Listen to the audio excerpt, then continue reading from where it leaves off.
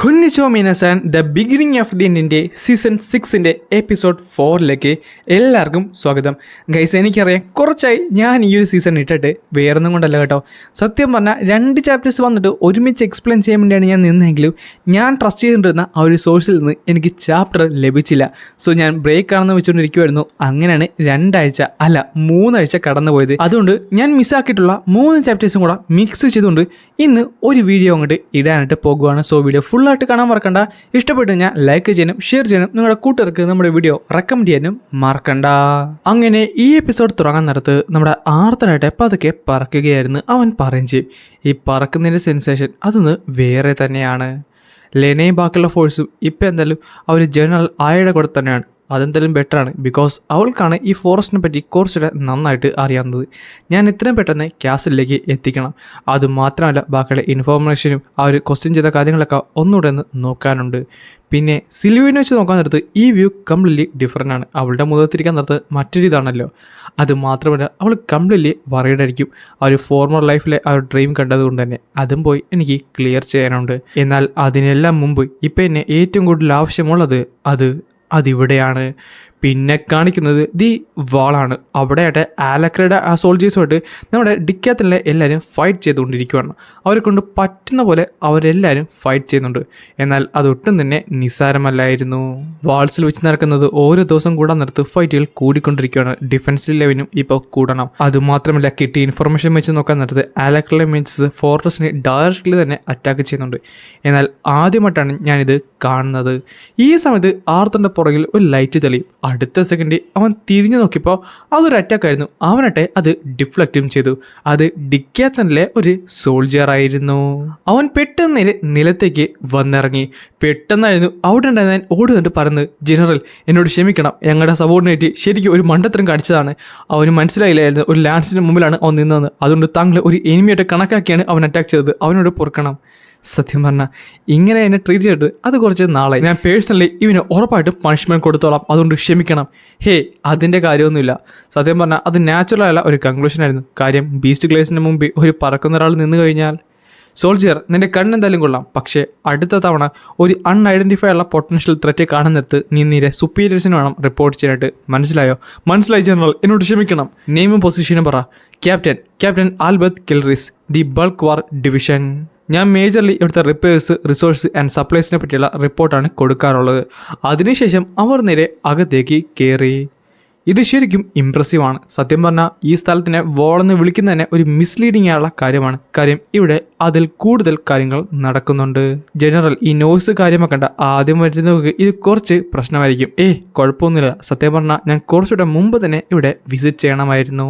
നമ്മൾ ഈ കാണുന്ന ഫ്ലോർ കണ്ടോ, ഇവിടുന്ന് താഴത്തേക്കാണ് നമ്മുടെ സിവിലിയൻസിനെല്ലാം ആക്സസ് ഉള്ളത്. ക്യാപ്റ്റൻ എന്ന് പറഞ്ഞിട്ട് പെട്ടെന്ന് 2 പേരായിട്ട് അവനെ സല്യൂട്ട് ചെയ്യുന്നുണ്ട്. വിട്ടുകളെ, ഒരു ലാൻസ് ഉള്ളപ്പോൾ നിങ്ങൾ എന്നെയാണ് സല്യൂട്ട് ചെയ്യുന്നത്? ജനറൽ കുഴപ്പമൊന്നുമില്ല, കൂൾ ഡൗൺ ആയിക്കോ, ഒരു സല്യൂട്ട് മാത്രം മതി. Yes sir. അല്ല, ഇവിടെ എന്തെങ്കിലും കത്തുന്നുണ്ടോ? എന്തൊരു ചൂടാണ്. അത് മറ്റൊന്നും കൊണ്ടല്ല, താഴത്താണ് മെയിനുള്ള ഫോഴ്സ് ഉള്ളത്. അതിനുശേഷം അവരുടെ അതിൻ്റെ ഉള്ളിൽ കൂടെ നടക്കുകയായിരുന്നു. ഇവിടുത്തെ മെക്കാനിസം ശരിക്കും അമേസിംഗ് ആണ്. കണ്ടിട്ട് തന്നെ ഈ ഒരു ഓൾഡ് സ്റ്റീം ഡ്രൈവർ കാണാൻ നേരത്ത് എനിക്ക് ഭൂമിയിലെ കാര്യങ്ങളാണ് ഓർമ്മ വരുന്നത്. പക്ഷേ ഇവരെങ്ങനെയാണ് ഇവിടെ?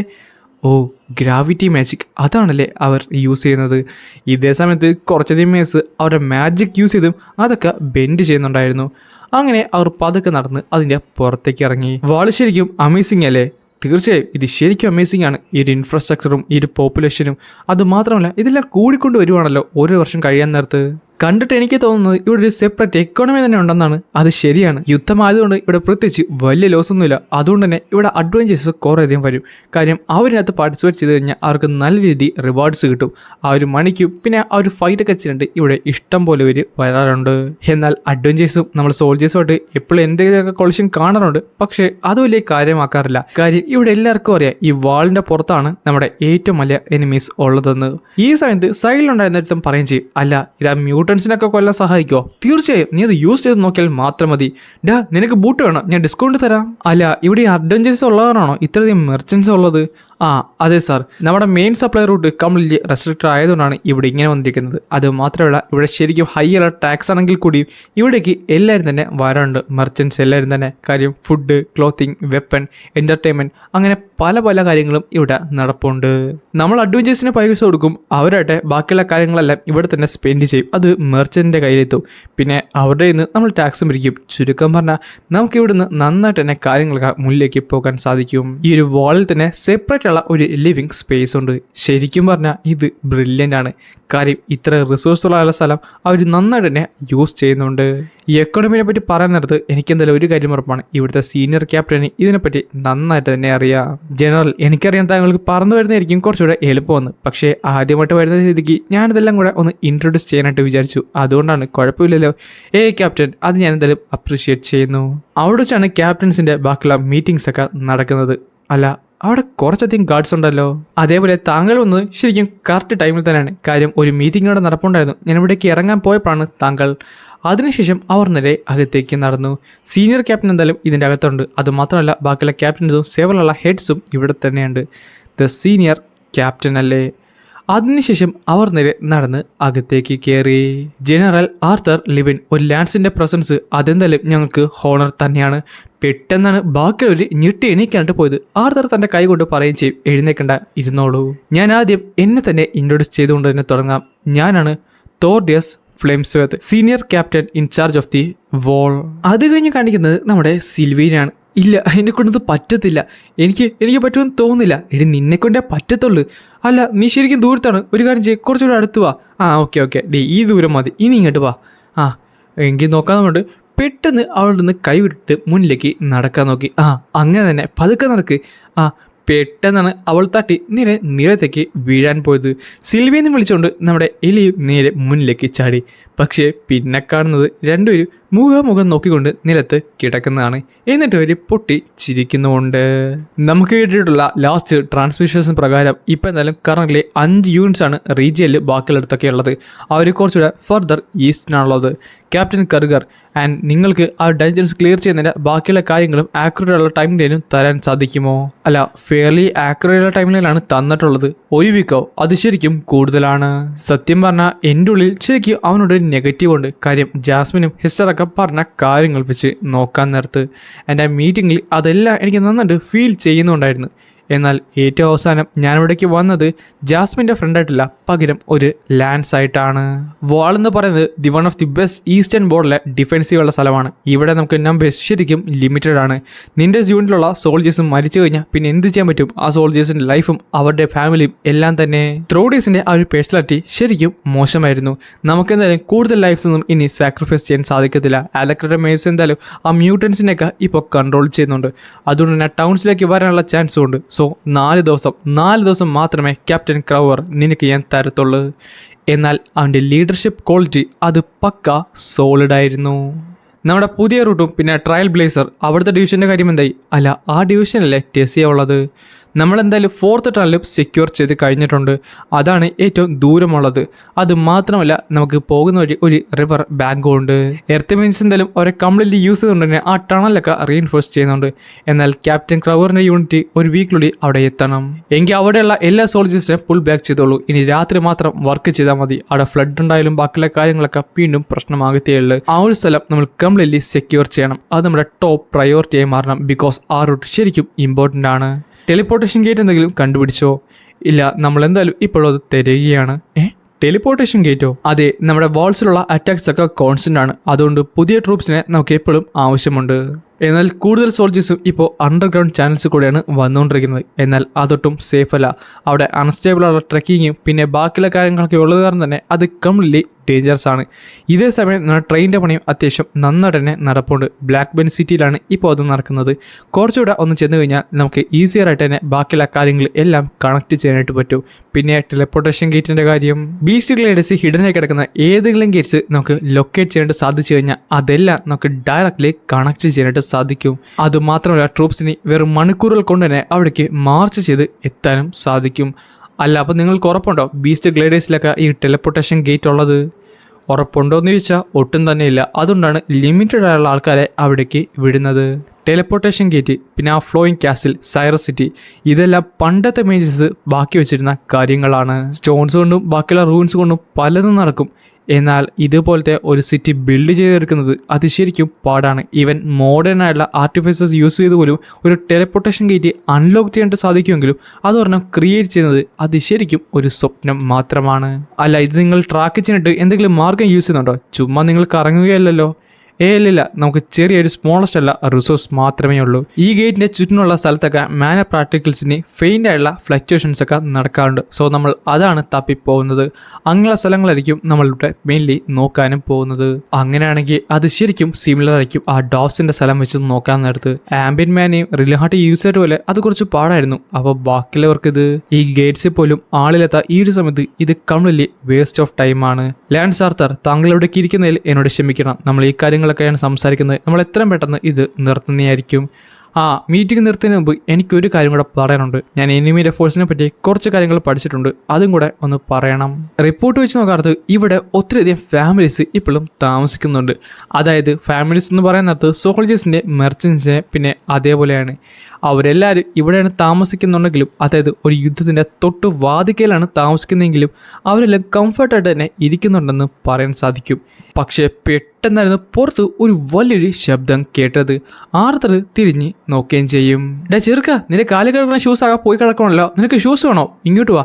ഈ ഷൂസ് ഇട്ട് കഴിഞ്ഞാൽ പിന്നെ നീ കംപ്ലീറ്റ്ലി സേഫ് ആയിരിക്കും. എന്നാൽ ഒന്നുകൂടെ ഒന്ന് സൂക്ഷിച്ച് നോക്കിക്കഴിഞ്ഞാൽ അവിടെ എല്ലാവരുടെയും ചിരിയുടെ പുറകെ ആ ഒരു ടെൻഷൻ നന്നായിട്ട് തന്നെ കാണാൻ സാധിക്കും. അവർ നടക്കുമ്പോഴുള്ള വേദന, അവർ പരസ്പരം കണ്ണിൽ നോക്കാതെയുള്ള ആ സംസാരം, അത് മാത്രമല്ല തൊട്ടടുത്ത് നടക്കാൻ നേരത്തെ തന്നെ ബാക്കിയുള്ളവരുടെ ആ ഒരു പേടി അവരവരുടെ മുഖത്ത് കാണാനും സാധിക്കുന്നുണ്ട്.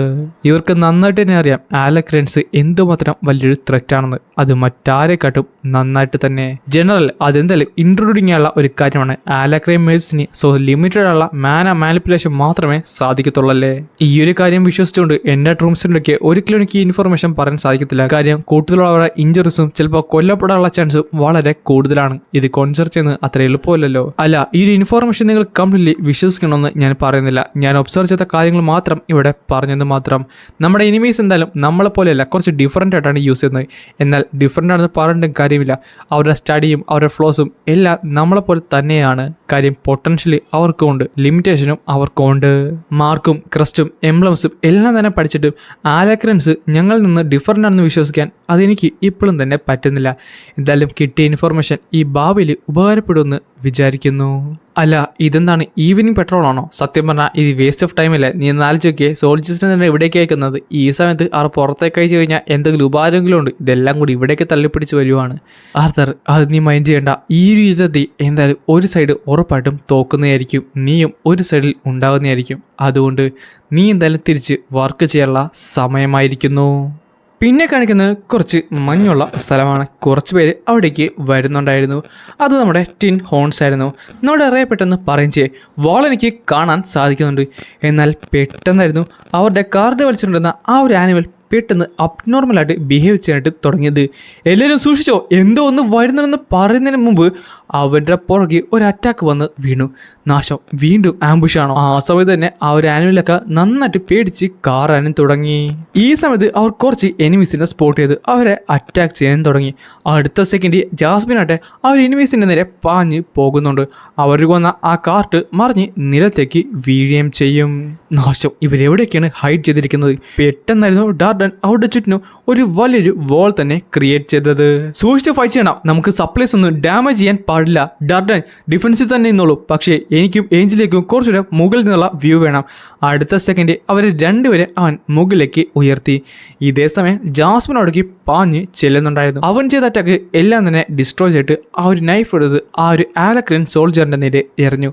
പക്ഷേ പെട്ടെന്ന് അവനായിട്ട് ആ ഒരു ഷീൽഡ് യൂസ് ചെയ്ത് അത് ബ്ലോക്ക് ചെയ്യുന്നുണ്ട്. എന്നാൽ ഒട്ടും പ്രതീക്ഷിക്കാതെ മറ്റൊരു സൈഡിൽ കൂടെ ഒരു ആരോ വന്ന് അവനെ കൊന്നുകളഞ്ഞു. ഇതേ സമയത്താണ് അവളുടെ പുറകിൽ കൂടെ ഒരു വലിയൊരു ജീവ് പറന്ന് വന്നത്. അവളുടെ തൊട്ടടുത്തെത്തിയപ്പോൾ അവൾ പറഞ്ഞു, പുറകിലേക്ക് നോക്ക്.